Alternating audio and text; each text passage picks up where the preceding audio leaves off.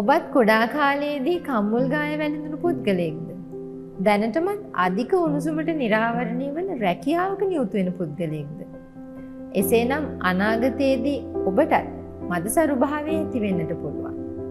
මදසරුභාවය ගැන කතා කරනකොට අපි වචන දෙකකට පුරුදු වෙලා ඉන්නවා. සබ්ෆර්ටිලිටි සහ ඉන්ෆර්ටිලිටි කියලා. සබ්ෆර්ටිලිටි කියන්නේ දරු ගැබක් ලබා ගැනීම පමාවීම.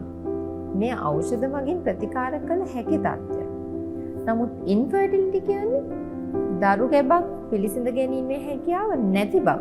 මේ ඖෂධ මගින් යථා තත්ත්වයට පත් කළ නොහැකි තත්ත්වයක්. ඇත්තටම මොකද්ද මේ මදසරුභාවය කියන්නේ?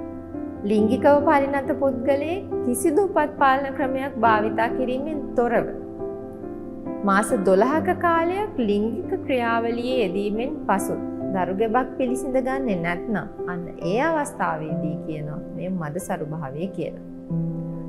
මේ පුරුෂ මදසරුභාවය ලෙස අර්ථ දක්වන්නට පුළුවන්. ඒ සඳහා කාන්තාව සහ පුරුෂයා යන දෙදෙනාම පරීක්ෂාවට භාජනය කළ යුතුයි.